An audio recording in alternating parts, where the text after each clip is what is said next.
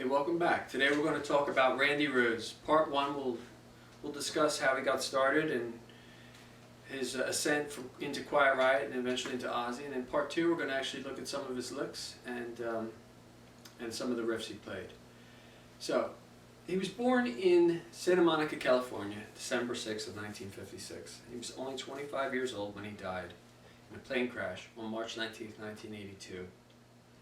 He grew up in Burbank, California, where his mother owned a music store, and he eventually taught lessons in that store. One person he taught was his friend Kelly Garney, to play bass, and together they played several garage bands and ultimately formed a band called Quiet Riot, with drummer Drew Forsythe and Kevin Dubrow singing. By the mid-1970s, Quiet Riot was the house band at the Starwood, a West Hollywood nightclub. Down the street, playing at the same time at Gazzari's, was Van Halen, so it must have been a heck of a competition between these two bands. Randy's style was based on the classical foundation. He broke away from the traditional pentatonic minor scales and wound up blending natural minor and harmonic minor scales in his solos. And he also incorporated incredible legato. Randy's influences were Leslie West and Alice Cooper's guitarist Glenn Buxton. He also took his stage image from David Bowie's guitarist Mick Ronson, even playing a white Les Paul.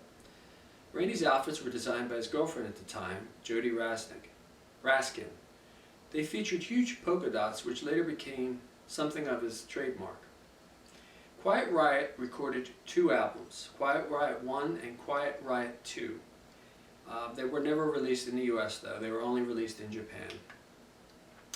Garney left the band due to disillusionment that the band was never going to make it or get off the Sunset Strip, so they brought in a replacement named Rudy Sarzo. He was a Cuban-born bassist, and he was also a hairdresser at the time. A few months later, Randy also exited the band, because in October of 1979, Randy had heard Ozzy Osbourne was auditioning guitar players for his new solo group. So he took his little Fender amp and he tried out. Ozzy was also told of him by a guy named Dana Strom from Slaughter. He told him there was an amazing guitar player that he just had to hear. Ozzy had realized that Randy was great the moment he started playing, that he wasn't a typical clone at the time. Along with Randy, they recruited 2 British rock veterans, former Rainbow bassist Bob Daisley and Uriah Heep drummer Lee Kerslake, and this would be the group that launched Ozzy's solo career. The band flew to England to write and record Ozzy's debut album. Randy wrote the riffs, Bob Daisley wrote the lyrics, and Ozzy came up with the vocal melodies. For Ozzy, it was a move away from the Black Sabbath sound. Once writing the first album was completed, Ozzy, Sharon, and the band went to Ridge Farm. It was a residential recording studio in Royal Sussex.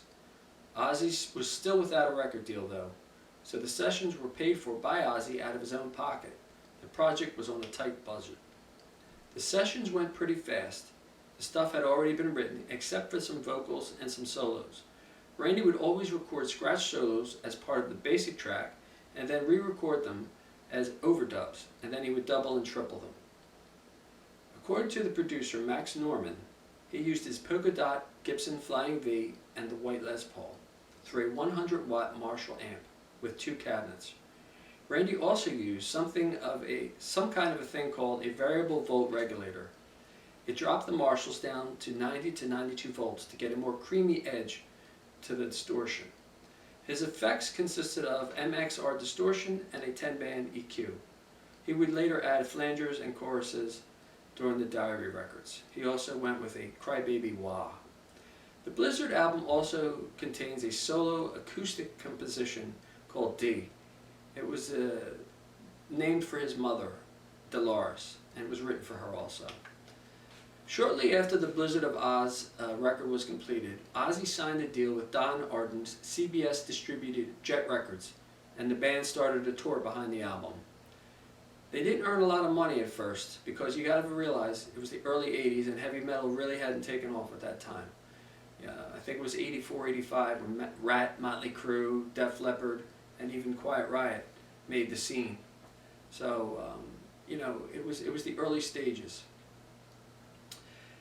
Bob Daisley and Lee Kerslake weren't very happy though. They were complaining a lot about the small venues and where they were staying at. Randy, on the other hand, Sharon Osbourne said, was like a little tourist, took his camera everywhere. And he also collected model trains, so wherever they would stop, he would try to find a toy store and buy trains and stuff. The band's hard work did finally pay off though. They had substantial success with 2 singles. Crazy Train and Mr. Crowley made the charts. And eager to capitalize on the band's good fortune, they returned to Ridge Farm Studios to cut the follow-up record, which, as we know, is Diary of a Madman. The guitar sounds on the second record were bigger and warmer. And Randy used different guitars. He used custom-made V-shaped Jacksons on the second record. Another big difference was on a couple of songs he tuned to E flat, and he did this completely by accident because his tuner wasn't calibrated properly. He wound up liking the sound. He said it was a meaner sound for the chord. So I know that Believer and Diary of a Madman are both tuned to E flat. Toward the end of the sessions for Diary of a Madman, Lee Kerslake and Bob Daisley were fired. They were arguing over publishing rights. Randy suggested his old friend from Quiet Riot, Rudy Sarzo, as replacement, and Tommy Aldridge was a drummer that Ozzy had known and admired from the band Black Oak, Arkansas. Sarzo and Aldridge never made a studio record with Ozzy, however, but they did put out a record called Tribute in 1987. It was a live recording of the band that was recorded in 1981. It was often said that Randy wasn't very crazy about playing the Black Sabbath material. He felt uncomfortable doing songs that really weren't his style. His interest in classical guitar had grown obsessive over the years, and Rudy Sarzo said whenever they would go to a new town, he would break out of Yellow Pages, look for music schools and teachers, and take in random lessons. And he also said that a lot of times he would pay for the lesson and know more than the teacher, which is totally believable. According to Ozzy, Randy confessed on the last night of his life that he was thinking about quitting rock and roll, and he wanted to go back to school. He wanted to go to UCLA and get a degree in classical music. Sadly, he never had to make that choice though. On the 600-mile trip from Knoxville, Tennessee to Central Florida, it would be his last. On March 19th, the band made a stop at the Flying Baron Estates to obtain spare parts for their vehicle. The bus driver, 36-year-old Andrew Haycock, was also a licensed pilot. They had planes on the site. He talked to the bandmate keyboardist Don Airy to go up for a flight, and what they would do is they would fly past the bus trying to wake everybody up, doing what they call buzz-overs over the bus. And it worked. They did. They woke up a bunch of people. They wound up landing the plane, and they wound up talking Rachel Youngblood, that was the band's seamstress and a good friend of Sharon Osbourne, to go up on the second flight. They also talked Randy Rhoads to go up on the second flight. Randy had a fear of flying, so he really had to be talked into it, and they promised he wasn't going to do anything crazy because Rachel Youngblood had a heart problem. So they went up on the second flight, and unfortunately they did the same thing with buzzing the bus, and they did it successfully 2 times. However, on the 3rd time, the wing clipped the top of the bus, spun in the air, took out a tree, and wound up landing in a garage, smashing into a garage, bursting into flames. Sadly, everyone on board died. A guy named Bernie Tomei filled in for Randy at a couple gigs, and eventually Brad Gillis would finish the tour with the band. Tommy Aldridge said at Randy's funeral that they say no one is irreplaceable. That's bull. Randy Rhoads was irreplaceable, and I personally believe that to be true. Ozzy went on to record many other albums with different guitarists, but I don't think he ever recaptured the magic of those first 2 records.